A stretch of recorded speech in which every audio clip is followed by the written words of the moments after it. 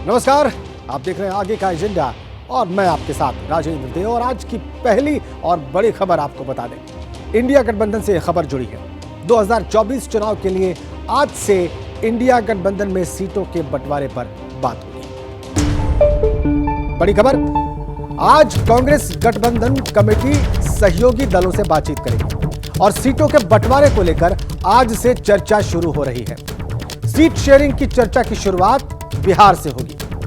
वहां पर कांग्रेस और राष्ट्रीय जनता दल के नेता आज सीट बंटवारे पर बातचीत करेंगे। सुबह 11 बजे यानी कि तकरीबन 1 घंटे बाद मुकुल वासनिक के आवास पर यह बातचीत शुरू होगी।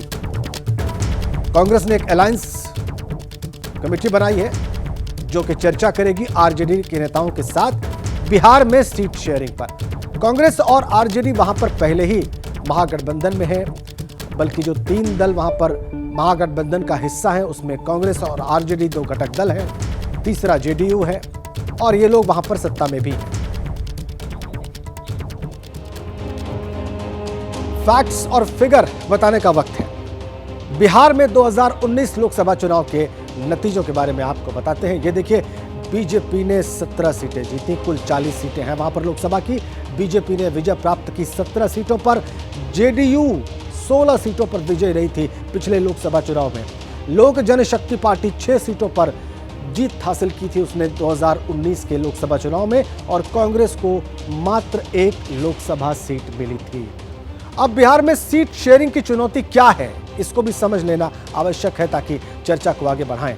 देखिए, 2019 में जो सीटें लड़ी गई थी वो हम आपको बता दे रहे हैं। दलगत जो सीटें लड़ी गई, चुनाव लड़ा गया, जेडीयू के द्वारा 17 लोकसभा सीटों पर चुनाव लड़ा गया। आरजेडी ने 19 लोकसभा सीटों पर पिछले लोकसभा चुनाव में चुनाव लड़ा। कांग्रेस ने 9 लोकसभा सीटों पर अपनी किस्मत आजमाई, सिर्फ 1 जीत पाई थी। और लेफ्ट के दलों ने 7 सीटों पर चुनाव लड़ा था बिहार की 40 सीटों में से। हमारे सहयोगी जैनेंद्र कुमार इस वक्त हमारे साथ लाइव कनेक्ट हैं और वो हमें इस सीट शेयरिंग पर जो बातचीत शुरू होने वाली है सुबह 11 बजे, उसके बारे में बहुत सारी डिटेल्स देने वाले हैं। जैनेंद्र, चूंकि आप लगातार नजर बनाए हुए हैं कांग्रेस की अलायंस कमेटी के गठन से लगाए ये जो कुछ भी चल रहा है चर्चा के नाम पर, उन सब पर, तो क्या सुबह 11 बजे से होने वाला है? बिल्कुल, देखिए, सबसे अहम यह है कि औपचारिक तौर पर अब सीट बंटवारे को लेकर के बातचीत जो है वो शुरू होने वाली है। हालांकि देखिए, अनौपचारिक तौर पर चूंकि गठबंधन की पार्टियां हैं, सहयोगी पार्टियां हैं, ऐसे नेता एक दूसरे से बात करते रहते हैं। गठबंधन कमेटी के एक अहम सदस्य सलमान खुर्शीद पहले से ही बिहार की जो दोनों पार्टियां हैं जो कांग्रेस के साथ गठबंधन में है, आरजेडी और जेडीयू, दोनों के नेताओं से पहले से ही बातचीत में है। लेकिन आज से एक औपचारिक तौर पर बातचीत शुरू होगी। सुबह 11 बजे मुकुल वासनिक के घर पर गठबंधन समिति के कांग्रेस के जो नेता है वो सभी इकट्ठे होंगे और संभवतः वर्चुअल ऑनलाइन जुड़ेंगे आरजेडी के नेता पटना से, और इसके बाद सीट फार्मूले पर बातचीत होगी। जैसा आपने बताया दर्शकों को कि बिहार में 40 लोकसभा की सीटें हैं। पिछली बार आरजेडी और कांग्रेस का गठबंधन था, जेडीयू का गठबंधन बीजेपी के साथ था, तब कांग्रेस 9 सीटों पर लड़ी थी।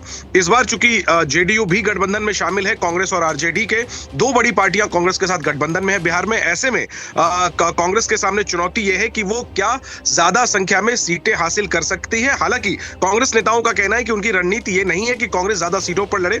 उनकी रणनीति ये है कि गठबंधन का जो भी उम्मीदवार बीजेपी के खिलाफ लड़े वो जीते। तो पहली नजर तो यही रहेगी कि सीट बंटवारे में किस पार्टी के खाते में कितनी सीटें आती हैं। जो एक इस बैठक से पहले जो चर्चा राजनीतिक गलियारों में है और जो हमें सूत्रों ने भी बताया है, जेडीयू और आरजेडी 17 सीटों पर चुनाव लड़ना चाहते हैं। कांग्रेस को 4 सीटें देना चाहते हैं और 2 सीटें लेफ्ट पार्टियों के लिए यानी सीपीआई एमएल और सीपीआई के लिए छोड़ना चाहते हैं, एक सीट। लेकिन क्या इस पर बात बनेगी? और अगर 4 सीटों पर कांग्रेस मान जाती है, ये जो आपने महत्वपूर्ण अपडेट दी है सूत्रों के हवाले से, इस पर हम और ज्यादा बात करेंगे।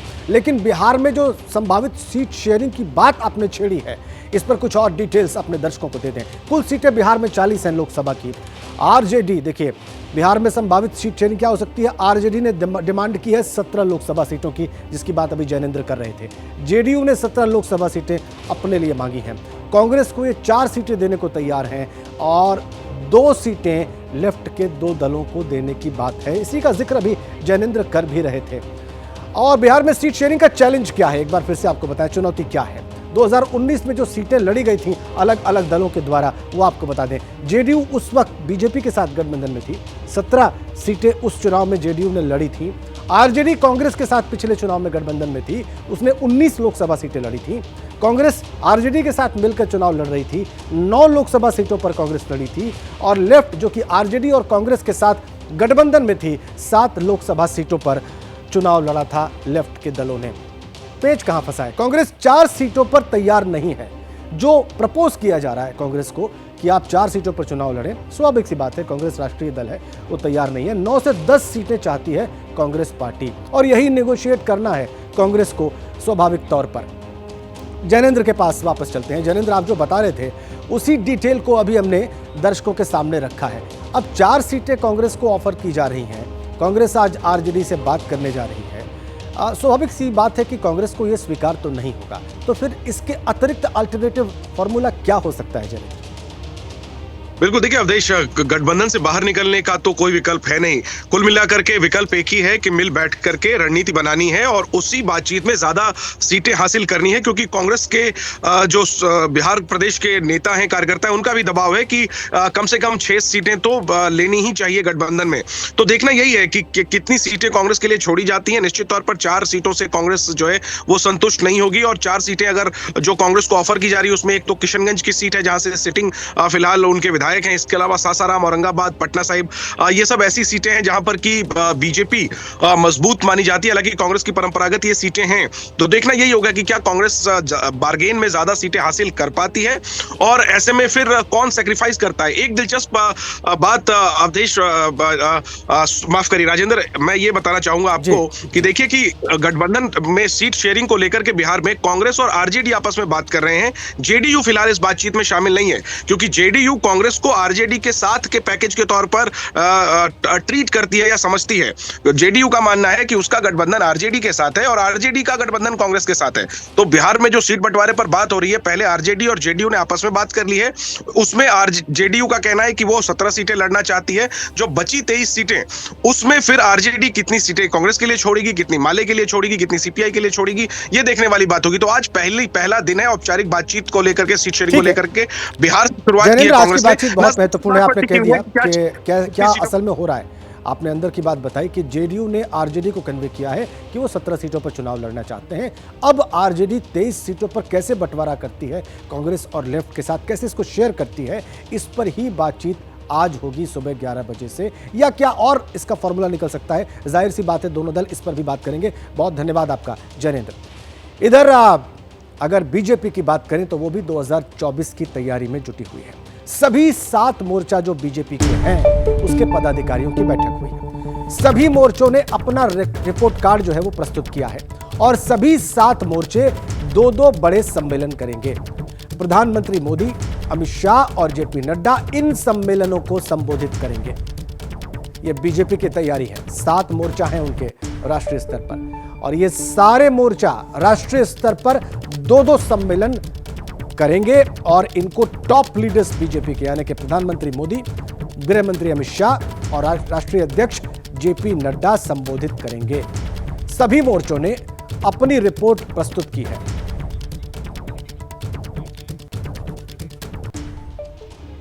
डिटेल्स देने का समय है बीजेपी की इस मोर्चाबंदी के बारे में। आपको और विस्तार से बताते हैं कि बीजेपी ये मोर्चाबंदी कैसे कर रही है। देखिए, पार्टी के सभी 7 मोर्चों के पदाधिकारियों की बैठक हुई है, और उसके बाद जनता के बीच पहुंच बढ़ाने का प्लान बना है। इस बैठक में लोकसभा चुनाव की तैयारी की भी समीक्षा हुई है इस बैठक में, और देश भर में सभी मोर्चों के 2-2 बड़े सम्मेलन होंगे, ये तय किया गया है। सभी मोर्चों ने अपना रिपोर्ट कार्ड प्रस्तुत किया है लीडरशिप को, और प्रधानमंत्री मोदी, गृह मंत्री अमित शाह, राष्ट्रीय अध्यक्ष जेपी नड्डा और राजनाथ सम्मेलन को संबोधित करेंगे। चूंकि 2-2 सम्मेलन ये सभी 7 मोर्चा आने वाले दिनों में करेंगे। ये कब होंगे, ये कहां होंगे, आइए थोड़ी और जानकारी प्राप्त करते हैं। और डिटेल्स और विस्तार में बताने के लिए नीरज पांडे हमारे सहयोगी इस वक्त हमारे साथ सीधा कनेक्ट हैं, जैसा कि आप उन्हें देख पा रहे हैं। नीरज, स्वाभाविक सी बात है, हमारे दर्शक जानना चाहेंगे कि ये जो 7 मोर्चा हैं, जो 2-2 सम्मेलन करने जा रहे हैं, ये कहां आयोजित करने जा रहे हैं और कब आयोजित करने जा रहे हैं? देखिए राजेंद्र, कल शाम को एक बड़ी बैठक हुई जिसमें खुद बीएल संतोष जो भारतीय जनता पार्टी के संगठन मंत्री हैं, उन्होंने सभी मोर्चा के अध्यक्षों और पार्टी के सीनियर लीडर्स हैं, मोर्चा प्रभारियों के साथ, जो राष्ट्रीय महासचिव जिन्हें प्रभारी बनाया गया, उनके साथ एक बैठक की, एक पूरी विस्तृत चर्चा हुई। उसमें ये तय हुआ है कि सभी मोर्चा 2-2 सम्मेलन करेंगे और राष्ट्रीय स्तर पर करेंगे। ये देश के अलग अलग कोनों में होंगे, कोई बिहार में होगा तो कोई यूपी में होगा तो कोई महाराष्ट्र में होगा, तो ये सभी अलग अलग जगहों पे होगा। और उन दो जो हर मोर्चे के जो 2 सम्मेलन होंगे, उनमें एक सम्मेलन को तो खुद प्रधानमंत्री नरेंद्र मोदी संबोधित करेंगे, यानी कि इन मोर्चों में 7 सम्मेलन खुद प्रधानमंत्री नरेंद्र मोदी संबोधित करेंगे। बाकी जो बचे 7 सम्मेलन हैं, यानी कि जो दूसरे सम्मेलन हैं, उनमें 3 बड़े नेता जो भाजपा के हैं, जिसमें गृह मंत्री अमित शाह, भाजपा के अध्यक्ष जेपी नड्डा और रक्षा मंत्री राजनाथ सिंह, ये 3 लोग हैं जो अलग अलग जगहों पे जाकर संबोधित करेंगे। तो अभी फिलहाल मोर्चों की जगह और तिथि तय नहीं हुई है। उसको ये कहा गया है संगठन के लेवल पर, राष्ट्रीय महासचिवों को ये निर्देशित किया गया है, जो कि उनके इंचार्ज हैं मोर्चों के, कि आप लोग तय कीजिए कि कहाँ कहाँ पे कैसे कैसे सम्मेलन करना है। खासकर जैसे युवा मोर्चा है, महिला मोर्चा है, SC ST मोर्चा है, आपका अल्पसंख्यक मोर्चा है, इसके अलावा OBC मोर्चा है। तो इन सभी मोर्चाओं को ये जिम्मेदारी दे दी गई है कि आप जगह लोकेट कीजिए, जगह लोकेट करने के बाद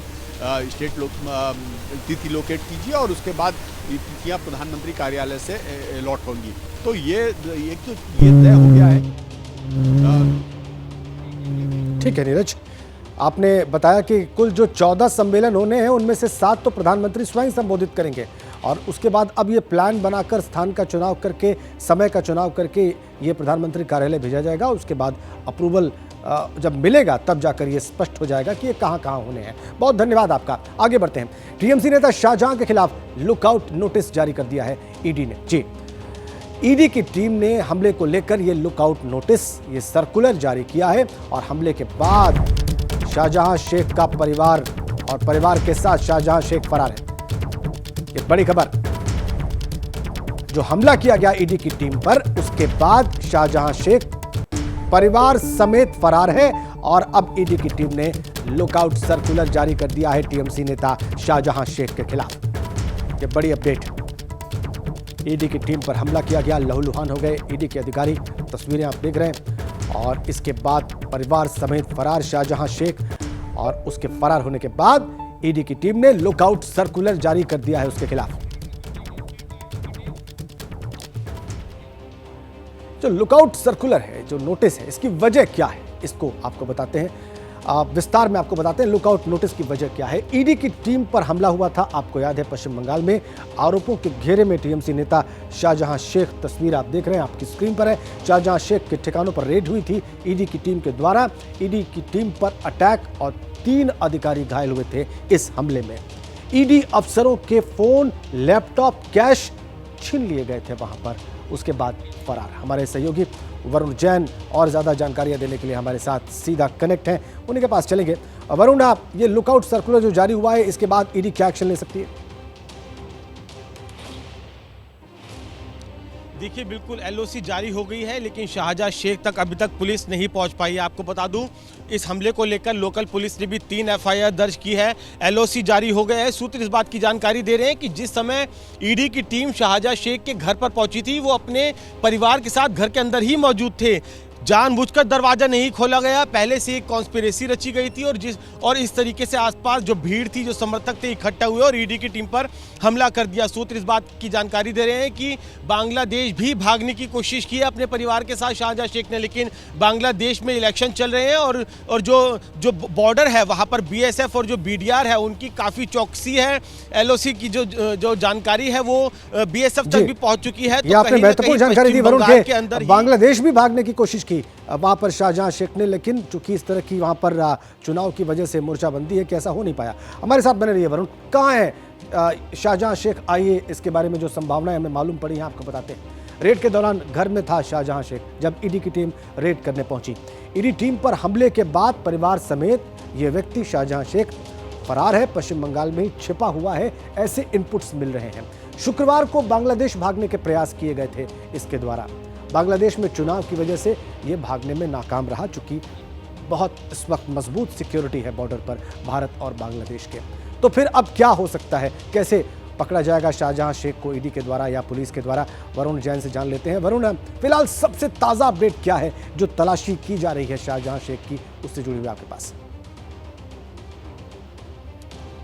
देखिए, बिल्कुल 1 दर्जन से ज़्यादा टीमें जो लोकल पुलिस है उनकी तरफ से भी बना दी गई है। ईडी का जो इंटेलिजेंस है वो भी उसको लेकर एक्टिव है, क्योंकि एलओसी जारी हो चुका है। हवाई जहाज के रास्ते, हवाई यात्रा के रास्ते तो वो देश को छोड़ने में कामयाब नहीं हो सकता, लेकिन जो सूत्र इस बात की जानकारी दे रहे हैं, लोकल सपोर्ट जो है वो शाहजहां शेख को मिला हुआ है और वो कहीं आसपास ही पश्चिम बंगाल में अपने घर के आसपास ही किसी इलाके के अंदर छुपे हो सकते हैं। तो इंटेलिजेंस नेटवर्क को भी एक्टिव कर दिया गया है और उम्मीद की जा रही है जल्द ही शाहजहां शेख की गिरफ्तारी हो जाएगी, क्योंकि काफी बड़ा ये घोटाला है। करीब 10,000 करोड़ रुपए का ये राशन घोटाला है, जिसमें आरोप ये है कि 2,000 करोड़ रुपए जो शेल कंपनीज है उनके जरिए जो दुबई है वो भेज दिया गया था। कई कनेक्टिंग एविडेंस, कई शेल कंपनीज का जो नेटवर्क है वो एनफोर्समेंट डायरेक्टरेट के पास है। उनके पास पुख्ता एविडेंसेस है किस तरीके से जो शाहजहां शेख है उसकी इस राशन स्कैम के अंदर इन्वॉल्वमेंट थी और किस तरीके से उसको पहले से जानकारी मिल गई थी कि ईडी की टीम पहुंच रही है और एक पूरी कॉन्स्पिरेसी रची गई और अपने समर्थकों के द्वारा एनफोर्समेंट डायरेक्टरेट के अधिकारियों को और जो पैरामिलिट्री फोर्स थी उनको घेर लिया गया। तो इंटेलिजेंस के जरिए ही शाहजहां शेख की तलाशी की जा रही है और उम्मीद यही की जा रही है कि वो आसपास के इलाके में ही कहीं छिपा हुआ है। जी, बहुत शुक्रिया आपका वरुण। आगे बढ़ेंगे एक और बड़ी अपडेट के साथ। प्रधानमंत्री मोदी से मिले हैं राजस्थान के गवर्नर कलराज मिश्र ने जयपुर में मुलाकात की है प्रधानमंत्री मोदी से। प्रधानमंत्री के जयपुर दौरे का आज अंतिम दिन है और जयपुर में ही राजस्थान के राज्यपाल कलराज मिश्रा ने उनसे मुलाकात की है। जयपुर में है प्रधानमंत्री, उनके दौरे का आज अंतिम दिन और वहां पर उनसे मुलाकात की है राजस्थान के गवर्नर कलराज मिश्रा ने। बड़ी अपडेट जयपुर से। पिछले दिनों राजस्थान में चुनाव हुए, वहां पर भारतीय जनता पार्टी की सरकार बनी और प्रधानमंत्री मोदी जयपुर में हैं, उनके दौरे का आज अंतिम दिन है और वहां पर उनसे मिले हैं राजस्थान के गवर्नर कलराज मिश्रा। तस्वीरें भी हम आपको दिखाने जा रहे हैं, ये देखिए मुलाकात की है और एक यहाँ पर मोमेंटो भी प्रधानमंत्री को दिया गया राजस्थान के गवर्नर की तरफ से।